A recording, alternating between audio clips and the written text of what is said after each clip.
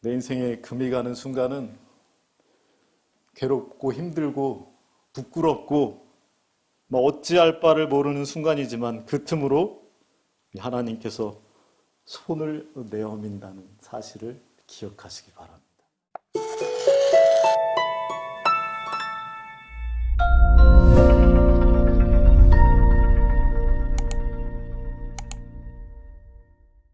성경 말씀 아가서 5장 2절에서 5절에 있는 말씀 함께 보도록 하겠습니다. 앞에 있는 성경 구절을 같이 읽으셔도 되고 성경을 찾아서 보셔도 되겠습니다. 시작. 내가 잘지라도 마음은 깨었는데 나의 사랑하는 자의 소리가 들리는구나. 문을 두드려 이르기를 나의 누이, 나의 사랑, 나의 비둘기, 나의 완전한 자야. 문을 열어다오. 내 머리에는 이슬이, 내 머리털에는 밤이슬이 가득하였다 하는구나. 내가 옷을 벗었으니 어찌 다시 입겠으며 내가 발을 씻었으니 어찌 다시 더럽히랴마는. 내 사랑하는 자가 문틈으로 손을 들이밀매 내 마음이 움직여서 일어나 내 사랑하는 자를 위하여 문을 열 때 모략이 내 손에서 모략의 즙이 내 손가락에서 눈빗자게 떨어지는구나. 제가 죄송합니다. 성경에서 가장 좋아하는 장면 중에 하나입니다. 근데 예전에도 좋아했는데 근래에 들어서 다시 보니까 기가 막힙니다. 내용을 보시면 사랑하는 이가 밤새 와가지고 머리에 밤이슬이 맞도록 찾아온 것 같아요. 그리고 문을 두드립니다. 그랬더니 이제 손발 씻고 잠자리에 누웠던 이가 이제 그 소리를 듣고 처음에는 어찌 내가 손발을 씻었는데 다시 더럽히랴. 귀찮은 거죠. 안 나가려고 하는데 그 다음에 어떤 장면이 나오죠? 문틈으로 손가락이 이렇게 삐직삐직 들어오는 모습을 보니까 그의 마음이 움직여서 일어나서 문을 여니 내 손에서 손가락에서 문빗장에 뭐가 떨어진다고 합니까? 몰약이 이렇게 떨어진다고 합니다. 기뻐서 뭔가 이렇게 몰약에 떨어진다 이렇게 표현을 하는데 어서 많이 듣던 표현 같지 않나요? 사랑하는 엄마가 사랑하는 자녀들, 아기들을 볼 때 눈에서 뭐 떨어진다고 하죠? 꿀 떨어져요. 그렇죠. 예, 그 요즘 말이잖아요. 참 전도서는 2000년도 더 된 책인데 성경에서는 이 표현이 최신식이에요. 아마 영어권에서 이런 표현이 있는지는 잘 모르겠습니다. 어쨌든 성경에서는 이 기쁨에 겨워서 꿀 떨어지는 게 아니고 뭐 떨어진대요? 몰약 떨어진다고 합니다. 몰약은 치료제입니다. 문빗장으로 여니까 이렇게 몰약이 이렇게 떨어진다고 하는데 진정으로 사랑하는 이를 만나기 위해서 문을 여는 순간 몰약의 즙이 문빗장에 떨어진 그 당시에는 진짜 사랑하는 사람을 만나기 위해서 몰약을 발랐는지 일어나서 나가는 것도 귀찮은 사람이 언제 또 몰약을 바르고 나갔을까 이런 생각도 들고요. 발랐는지 안 발랐는지는 확인할 바는 없지만 기쁨의 표현을 한 건지는 잘 모르겠지만 어쨌든 그 몸속에서 뭐가 나온답니까? 몰약은 치료제입니다. 몸속에서 기쁨의 요즘 말로 엔돌핀이잖아요. 기쁨의 치료제가 뚝뚝 떨어진다 이런 표현을 합니다. 실제 몰약의 효능은 소염, 진통, 항암, 항균 그 외 여러 가지 신기하죠. 표현이 참 몰약을 발랐든 안 발랐든 사랑하는 이를 만나니까 몰약이 막 넘쳐 흘러 떨어진다라는 표현이 이 성경이 과학 이상인 것 같아요. 그렇지 않습니까? 아무튼 오늘날도 사랑하는 이를 만나면 눈에서 꿀 떨어진다 이렇게 표현을 하지만 실제로는 사랑하는 사람을 만나면 꿀 떨어지는 기쁨이 넘치는 거잖아요. 몸속에서 치료제가 넘친다. 맞습니까? 그렇죠? 그런데 요한일서 4장 8절에 하나님은 뭐라고 합니까? 이 표현은 참 중요한 말인 것 같아요. 그분 존재 자체가 사랑이죠. 우리가 존재 자체가 사랑이신 그 하나님을 만약에 만난다면 꿀만 떨어질까요? 모량만 떨어질까요? 뭐가 떨어질까요? 몸속에서 과일식 굉장히 좋다고 했는데 그것보다도 예, 모든 치료제가 아마 폭발을 하지 싶습니다. 그랬으면 좋겠습니다. 그게 바로 오늘이 되었으면 좋겠습니다. 이곳에서 진정으로 그 존재 자체가 사랑이신 분을 만나서 그저 그냥 모략이 뚝뚝 떨어지는 정도가 아니고 몸속에서 치료 호르몬이 폭발을 하셔서 우와 할렐루야 그렇게 외치는 여러분이 되었으면 좋겠습니다. 아멘. 크게 하신 여러분들 만날 각오가 되신 것 같습니다. 감사합니다.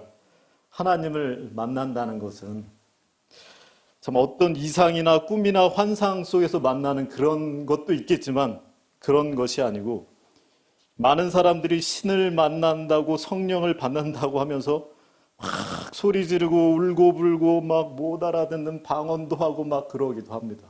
만나고 싶긴 하니까 방법은 잘 모르겠고 그리고 만났다고 하는 것은 사실 성서적이 아니에요. 하나님을 만나는 것은 어디에 기초해서 만난다? 하나님의 비록 성경 말씀은 과학을 초월하는 그런 일들이 있지만 성경은 글이잖아요. 글을 보고 우리가 이성적으로 분명하게 적혀 있어서 어린아이부터 노인까지 그 글을 보고 듣고 깨닫고 이게 본인도 알아듣지도 못하는 방언을 하면서 하나님도 못 알아듣는 방언을 하면서 하나님을 만난다는 거, 사랑하는 이를 만난다는 거는 이성적인 거잖아요. 잘못하다가는 참신이 아닌 다른 이상한 신을 만날 수도 있다는 겁니다.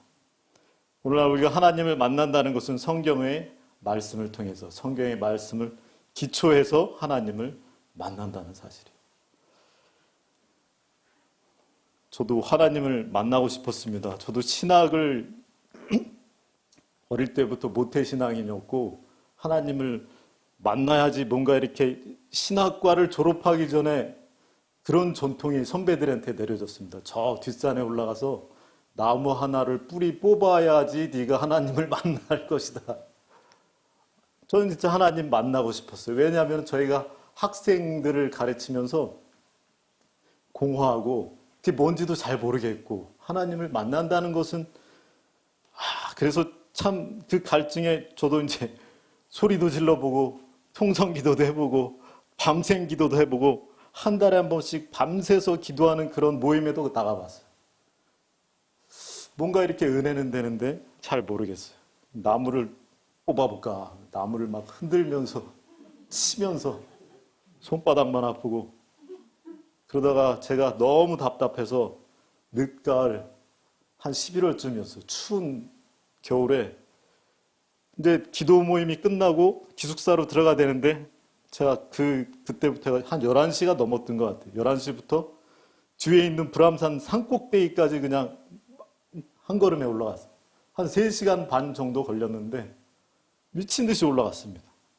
그리고 하나님한테 협박을 했습니다. 죄송한 사실인데 이게 별짓을 다 해봅니다. 이렇게 올라갈 때는 정말 사생 결단을 내리려고 이렇게 올라갔는데 내려올 때는 이게 되게 이렇게 춥고 힘들고 무섭고 무덤가를 지나갈 때는 왜 이렇게 떨리고 오싹한지 내려오고 나서 나 참 한심하구나. 하나님 만나겠다고 올라간다고 하고 무덤가를 지나가면서 이렇게 오싹한 마음이 드는지 하나님을 만나는 때와 시기는 아버지에게만 있는 것인가 이렇게 생각을 하고 그냥 시간이 지나갔습니다. 하나님을 만나는 때와 시기가 언제일까요? 이때입니다. 내 사랑하는 자가 문틈으로 손을 들이밀매 마음이 움직여서 문 안은 나만의 공간이고 나만의 세계입니다. 그리고 문 밖은 누가 계십니까? 예수님이 계신데 문빗장은 저 문을 보면은 문고리가 있습니까? 없습니까? 없어요. 문고리는 누가 잡고 있어요? 네, 안에 있는 사람이 내가 잡고 있어요. 내가 안에서 뭐 해야 돼요? 문을 열어드려야 돼요. 안 열어준 건 저였고, 그리고 문 틈에 내 인생에 틈이 생길 때, 내 인생에 금이 가고 깨지고 그 공간에 틈이 생길 때 누가 손을 내민다고요? 예수님께서 그 틈으로 사랑하는 이가 손을 내민다는 사실이에요. 인류 최초로 물 위를 걸으신 누굴까요? 예수님 말고 사람입니다. 최초이자 마지막이죠. 물 위를 걸었던 베드로입니다. 얼마나 신났을까. 저도 물 위를 한번 걸어보고 싶은 그런 생각도 어릴 때 들기도 했습니다. 그런 것까지 예수님한테 요구하면 너무 그럴 것 같아가지고 그런 적은 없는데, 베드로는 참 가상한 용기가 있는 것 같아요. 어쨌든 최초이자 최후로 물을 건너면서 물 위를 걸으면서 기분이 최고면서 누구를 돌아봤을까요? 제자들을 돌아보면서 와, 니네 이런 거 해봤냐? 이런 마음이 들었을 거예요. 그러는 순간 파도가 치니까 예수님은 온데간데 없고 뭐합니까? 베드로는 물속에 빠져들어가기 시작합니다. 물속에 빠져가는 순간 예수님이 그제서야 손을 내밀어서 베드로를 구원합니다. 내 인생에 금이 가는 순간은 괴롭고 힘들고 부끄럽고 어찌할 바를 모르는 순간이지만 그 틈으로 하나님께서 손을 내어민다는 사실을 기억하시기 바랍니다. 여러분에게 손을 내밀어 주셨습니까? 그래서 참 감사한 것 같아요. 저는 그렇게 더 이렇게 답답해하고 간절했던 이유가 있었습니다. 대학교 1학년하고 2학년 정신적으로 이렇게 굉장히 이렇게 불안하고 자취하면서 잘 못 먹고 하다 보니까 우울증이 생긴 것 같아요. 심각하게 우울증에 빠지게 되었습니다. 눈 뜨는 게 제일 힘들었어요. 그냥 누워있고 이불 덮고 싶은데 학교는 또 갑니다. 사람들과 대화는커녕 제가 이렇게 학생들을 가르치고 성경을 가르쳐야 되는데 만나는 것조차 싫었어요. 친한 친구에게 이 마음을 모르니까 몰라주니까 아마 겪으신 분들은 알 거예요. 몰라주니까 답답하고 나는 왜 이러가 이게 우울증인지도 모르고 이게 무슨 벌 받았나 이런 생각도 들고 그런 마음에 속이 불타서 산꼭대기까지 올라가기도 했던 것 같습니다. 벼랑 끝에 서서 하나님을 협박하면서 근데 손은 이거 꽉 잡더라고요. 보니까 절대로 떨어질 생각은 안 하고 꽉 잡고 소리를 막 지르면서 하나님 소리 지르면서 떨어지면 아프겠구나. 속으로는 또 그런 생각이 들더라고요. 무덤가를 지나면서도 무서워 죽겠다. 추워 죽겠다. 죽고 싶은 마음도 있는데 죽기는 싫은 제 마음속에 이런 갈등이 죽기는 싫어하는구나. 무서워 죽겠다니까 무서워서 죽기는 싫은가 보다. 떨어져 죽고 싶지는 않은가 보다. 손을 꽉 잡으니까 아직 살고 싶은 모양인가 보다. 이런 생각이 들었습니다. 그리고 대학교 3학년 때 고등학교 2학년 때 고관절에 핀을 박았었는데 제가 대학을 가서 동아리 활동을 교수님 계신데 공부는 안 하고 맨날 등산 다녔어요. 뭔가 이렇게 막 풀어야지 속이 내려앉을 것 같은데 근데 등산 암벽 등반을 하면은 그 쇳덩어리 텐트 안에다 다 넣고 올라가면서 이 수술했던 부위가 계속 잘못됐어요. 핀을 빼면서 의사 선생님께서 너는 평생 동안 목발을 집어야 된다. 절대로 목발을 놓는 순간 너는 안 된다 그랬어요. 걸어다니는 폭탄이 된다고. 그게 25살 무렵이었습니다. 어머니 얼굴이 앞에서 앉아가지고 허해지고 저는 야 이거 참 큰일 났다. 뭐 여러분들도 더 금이 많이 가셨지만 그 당시에는 저한테는 커다란 인생에 쭉 갈라지는 금이었습니다. 그런 순간이었습니다. 근데 수술 후에 집에만 이렇게 와가지고 그냥 자고 먹고 이러고 있던 찰나에 저희 자취방에 자주 들렸던 괜히 저하고 친한 척했던 한 형님이 있었어요. 지금은 목회를 하는 조지용 목사님이라고 하는데 목사님 아실 거예요. 그 형님이 자꾸 저한테 저기 어디를 가자는 거예요. 진주 어디를. 저는 목발 짚고 밖에 나가는 것도 사람 만나는 것도 부끄럽고 싫고 귀찮고 그런 상태였는데 자꾸 전화해가지고 거기 자기가 가는데도 나를 같이 한번 갔으면 좋겠다 그러면서 끌고 가는 거였어요. 저희 집까지 찾아오고 차비도 본인이 대줄 테니까 같이만 안내만 해다오. 그래서 저는 싫은 마음에 거기가 어디냐면 베델 수양원이었어요. 그래서 이제 거기를 찾아갔습니다. 거기 있는 많은 환우들을 보니까 절박하고 절실하고 그리고 또 하나님을 만나야 된다라는 그런 절실함을 잠깐 배웠습니다.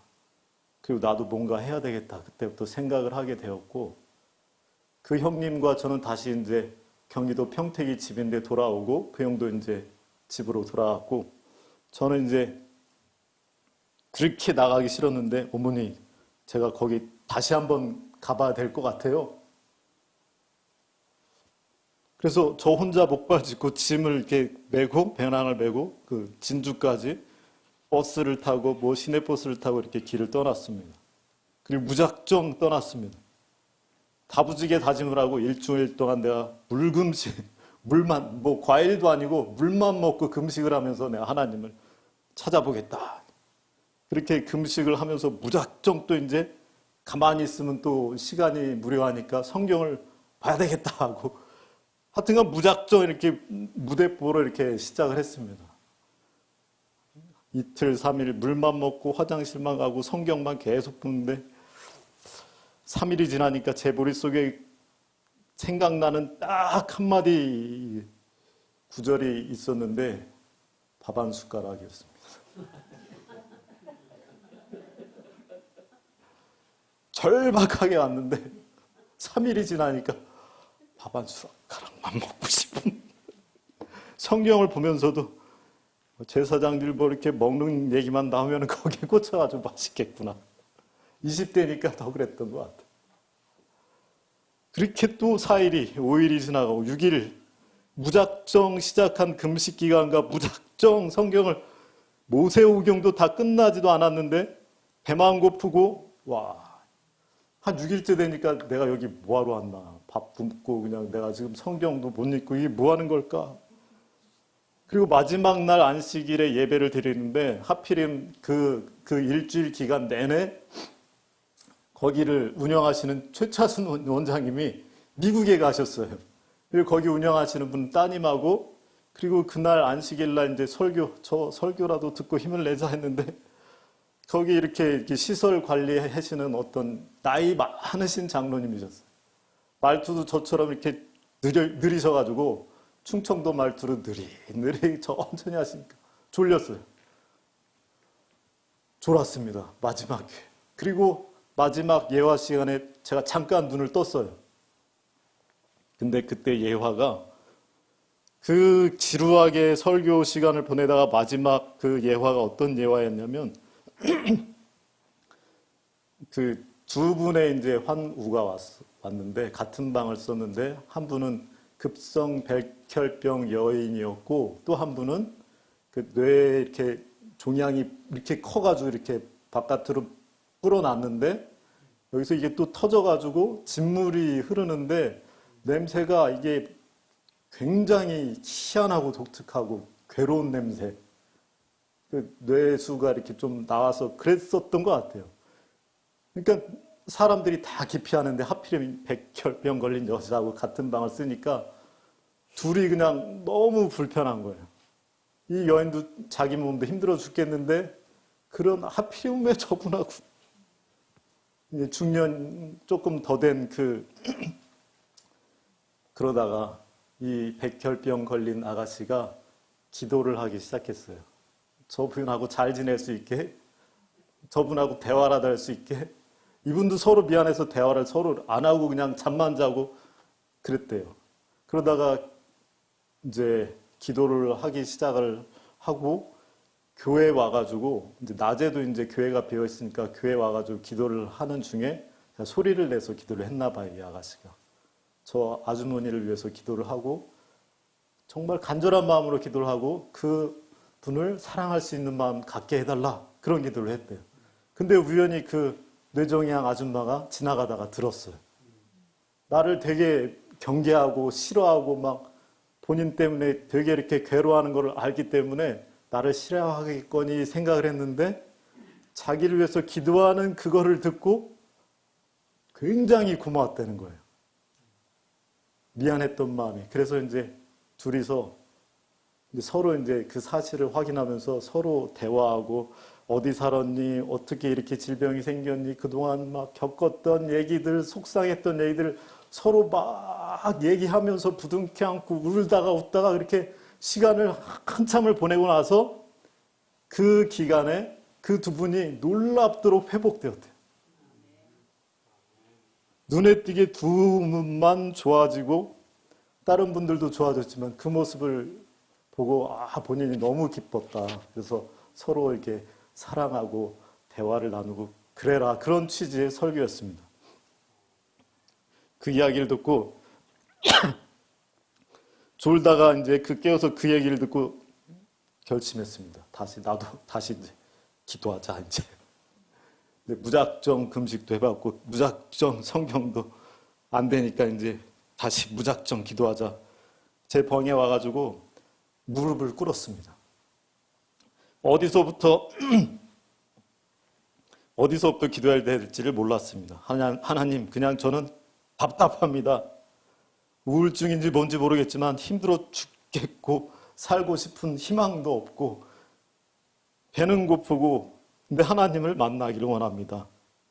하나님과 나를 가로막는 것은 죄라고 했으니까 제가 지금부터 또 회개의 기도를 하겠습니다. 어린 시절 형이 미웠습니다. 로부터 시작을 해서 초등학교 1학년 때 어머니 지갑에 손댄 거 기억납니다. 부터 해가지고 초등학교 3학년 생각나는 거를 모조리 다 얘기를 했습니다. 중학교, 고등학교 대들었던 거, 친구들하고 다퉜던 거 한 두어 시간이 이렇게 막 훌쩍 지나가 버렸습니다. 그래도 제 마음은 여전히 힘들었습니다. 오히려 다리에서 쥐가 나가지고 그냥 다시 주저앉았어요. 무릎 꿇고 있다가. 얼마나 쥐가 나는지. 아무것도 생각도 안 나고 그냥 이렇게 또 저 성경을 보니까 또 성경을 읽어야 되나. 이렇게 막막하게 또 성경을 쳐다보다가 금식하는 것도 성경 보는 것도 기도하는 것도 지쳤습니다. 일주일 동안. 그렇게 성경을 쳐다보다가 그런 생각이 들었습니다. 성경 전체를 요약하는 것은 십계명. 십계명이지 뭘 다 읽냐. 십계명은 율법이고 율법은 하나님을 사랑하고 내 이웃을 내 몸과 같이 사랑하라. 그 구절이 생각이 났습니다.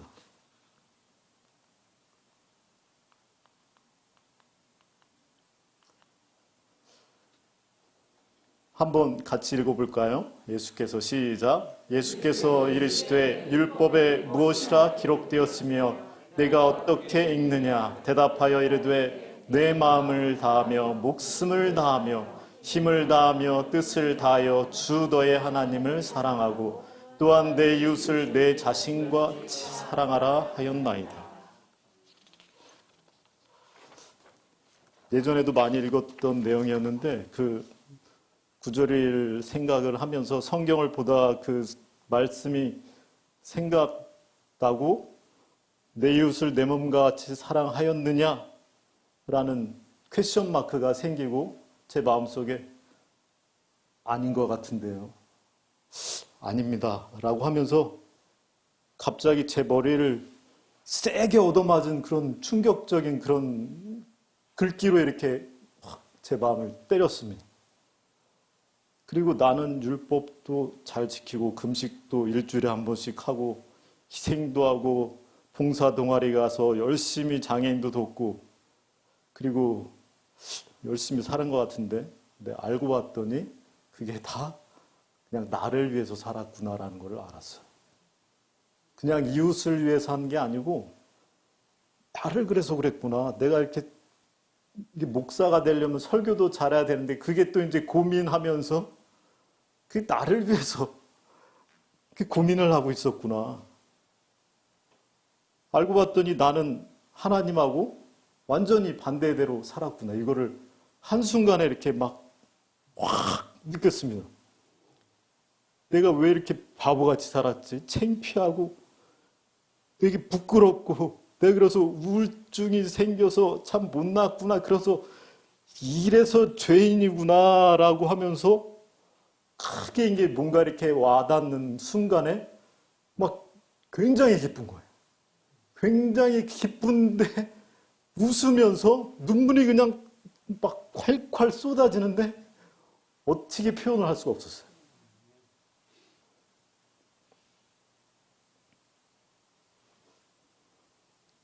소리까지 막 터져 나오더라고요. 이 가슴 속에서부터 이렇게 맺혀있던 수년간의 그 우울증 때문에 그랬는지 고민 때문에 그랬는지 막 웃으면서 울면서 누가 보면 좀 이렇게 이상한 막 소리도 막 꺽꺽 소리가 나면서 그래서 베개에다 머리를 확 박고 그냥 조금 진정을 했는데 내가 이렇게 못났고 참 죄송합니다 예수님 난 참 죄인입니다 막 기뻐하면서 그랬는데 예수님 이제 제 울음도 그치고 이제 진정이 됐는데 그래서 내가 너를 위해서 십자가를 졌잖아 이러는 음성을 또 들으니까 다시 또 베개에다 머리를 또 박고 또 울 수밖에 없었어요. 그게 너무너무 고마웠어요. 아 나는 내가 나를 위해서 살았기 때문에 내가 이렇게 힘들었구나. 너무 가슴이 뛰고 이게 말씀 속에서 하나님을 만나는 것이 이런 것이구나. 너무 기쁘고 가슴이 뛰고 놀라서 잠을 잘 수가 없었습니다. 새벽 4시 이후에야 겨우 잠들고 잠깐 일어났는데 제가 그 요양원에서 일주일 동안 있으면서 쟤는 밥도 안 먹고 금식하고 사람들이랑 대화 안 하는 애. 건들면 폭발할 것 같은 애. 막 얼굴이 어둡고 막 찌푸러져 있고. 근데 그 다음날 다른 분들이 저를 보더니 무슨 일 있었냐고. 제 환해진 얼굴 보더니 저는 사람들하고 얘기하고 싶었어요. 그전에는 3, 4년 동안 사람들이랑 일절 대화하기도 싫었는데 교수님 앞에 죄송합니다. 막 공부하기도 막 싫었었어요. 근데 성경에 있는 간단한 말씀을 보고 나서 내가 이게 하나님을 만난 거다라는 생각이 들고 나의 죄가 이렇게 나를 이렇게 만들었구나라는 생각을 하고 나서 이게 밤사이에 막 엔돌핀이 막 폭발을 했던 것 같아요. 치료 호르몬들이. 그리고 이제 그날 제가 어떤 용기를 냈냐면 목발을 평생 짚어야 했던 그 의사 선생님 그 경고도 있었지만 목발을 던져버리자. 거기다 평택으로 올 때는 목발을 두고 왔습니다. 그 이후로 목발을 안 짚었어요.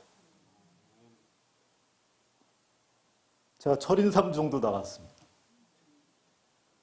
철인삼종은 수영으로 1.5km를 가고 자전거로 40km를 가고 그리고 마라톤을 10km를 해야 됩니다. 보여주고 싶었어요. 제 자랑하는 게 아니고 하나님께서 회복시킨 거를.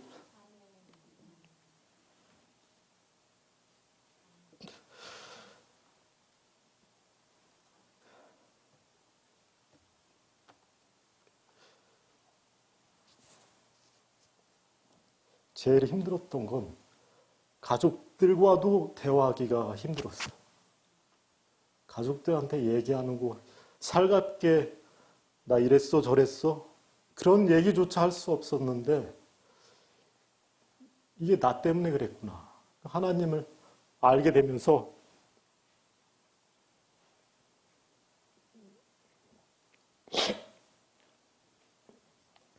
그리고 제가 1년 동안 여수 요양병원에서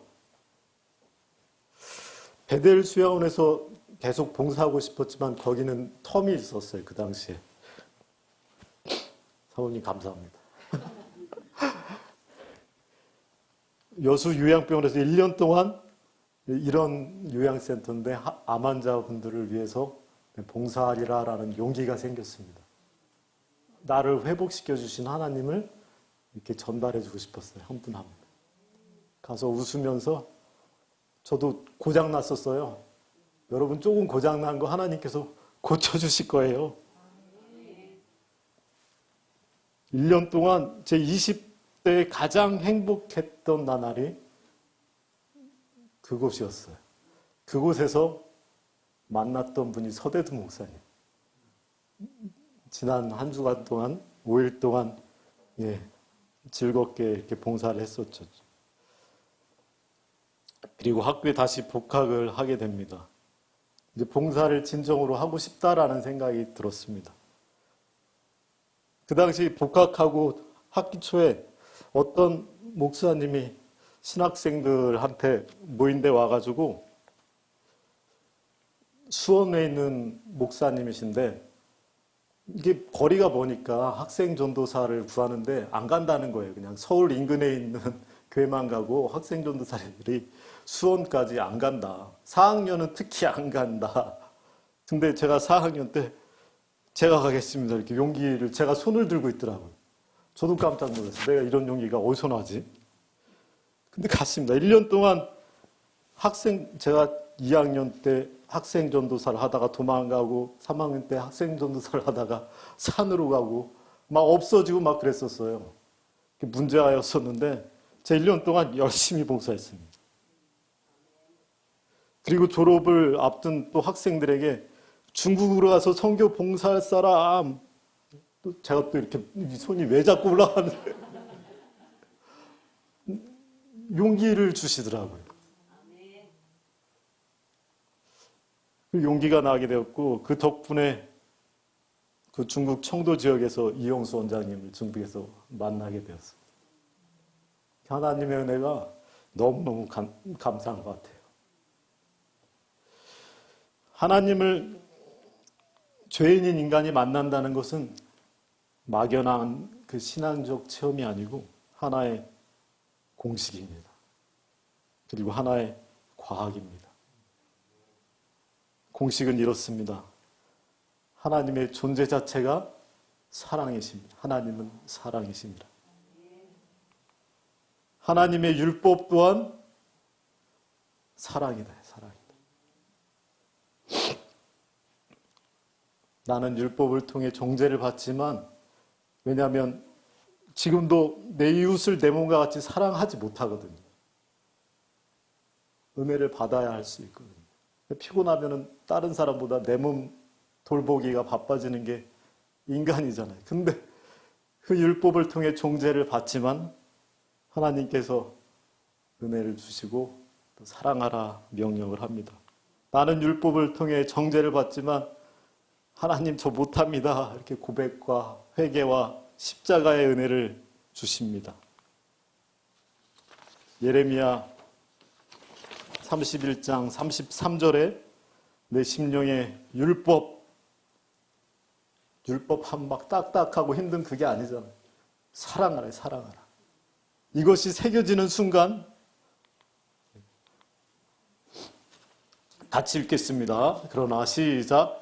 그러나 그날 후에 내가 이스라엘 집과 맺을 언약은 이러하니 곧 내가 나의 법을 그들의 손에 두며 그들의 마음에 기록하여 나는 그들의 하나님이 되고 그들은 내 백성이 될 것이라. 여호와의 말씀입니다. 이스라엘 백성들이 율법의 형식은 지킬 줄 알지만 사랑할 줄 몰랐어요. 금식을 하면서 악한 주먹으로 싸울 줄은 알았지만 가장 고상한 종교 행위를 하면서 속은 썩어 문드러지는 줄도 몰랐습니다. 그러나 그날 후에 하나님의 율법의 진정한 정신인 무엇하라? 사랑하라. 사랑하는 것을 뼈저리게 깨닫고 돌이켜 회개할 때 그들의 마음에 하나님의 율법, 사랑하라가 기록된다라고 얘기하셨어요. 사랑할 수밖에 없는 존재가 된다라고 하나님께서 약속해 주셨어요. 그러면 하나님께서 니들이 바로 내 백성이야.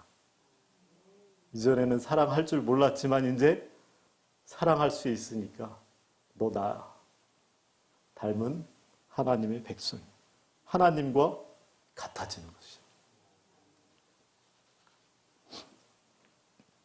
왜 그런가요? 하나님은 사랑밖에 할 줄 몰라. 속성 자체가 사랑이고 사람은 속성 자체가 뭡니까? 죄밖에 몰라. 그러나 하나님의 법이 우리 마음에 새겨주실 때, 십자가의 은혜로 새겨주실 때 너를 사랑한다. 너가 죄인인 거 고백하지. 내가 다 용서할 거야. 이게 영어로 제 발음이 좋지는 않습니다. 리갈은 율법이고요. 율법화, 리갈리제이션. 제가 없는 단어를 만들어 봤습니다. 러블리제이션. 율법 같은 말이에요. 율법화, 법률화. 우리 마음이 율법화가 된다 그러면 딱딱하지만 우리 마음이 사랑밖에 할 줄 몰라. 하나님과 속성이 같아지면 우리는 하나님과 하나가 돼요.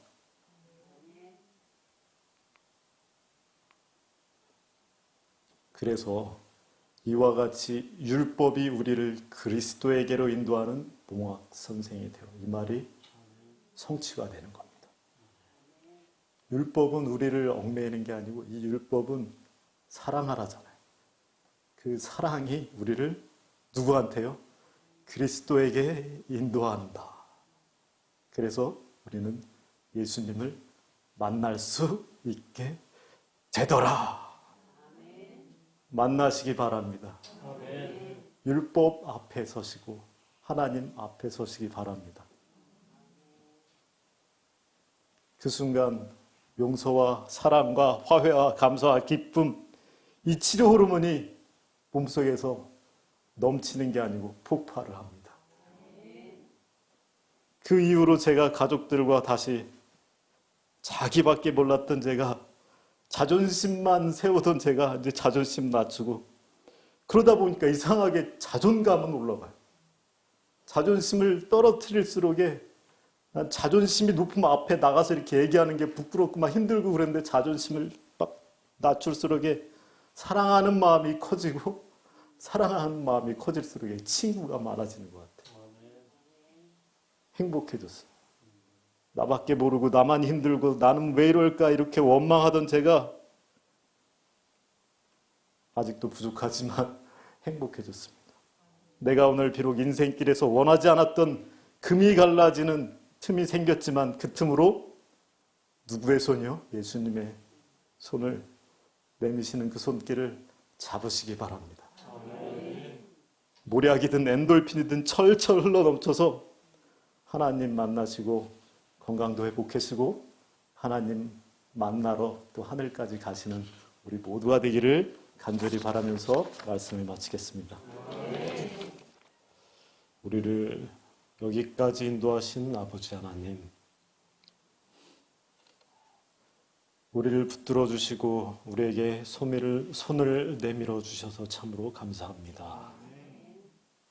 이곳으로 인도하신 주님께서 우리 인생을 어려움을 주님께서 아시오니 우리의 어려움을 주님 앞에 고백하고 주님 앞에 내어놓을 때 우리의 모든 인생길의 짐을 져주시마고 약속해 주신 그 주님께서 우리의 짐을 대신 져주실 줄 인하여 감사드립니다. 우리가 짐을 내려놓고 하나님을 만나기를 원합니다. 우리 인생 짐의 무거운 짐들, 아픔들, 질병들 다 내려놓고 주님과 화목하며 주님과 더불어 먹고 마시며 기쁨의 나날들 보내길 원하오니 주여 인도하여 주시옵시고 아직도 우리 마음 가운데 해결되지 않은 많은 문제들이 있다면 주님 오늘 밤에 주와 함께 씨름하며 야곱이 씨름하면서 주님의 축복을 간구한 것처럼 우리의 심령에도 갈급함을 주시고 주님을 만나는 역사가 각 방에서 모두에게 임할 수 있도록 인도하여 주시옵소서. 모두 회복되고 주님과 화목하며 하나 될 수 있는 그런 날이 속히 임할 수 있도록 인도하여 주시옵소서. 평안함을 주시길 바라며 사랑 많으신 예수님의 이름으로 감사드리며 기도드리옵나이다.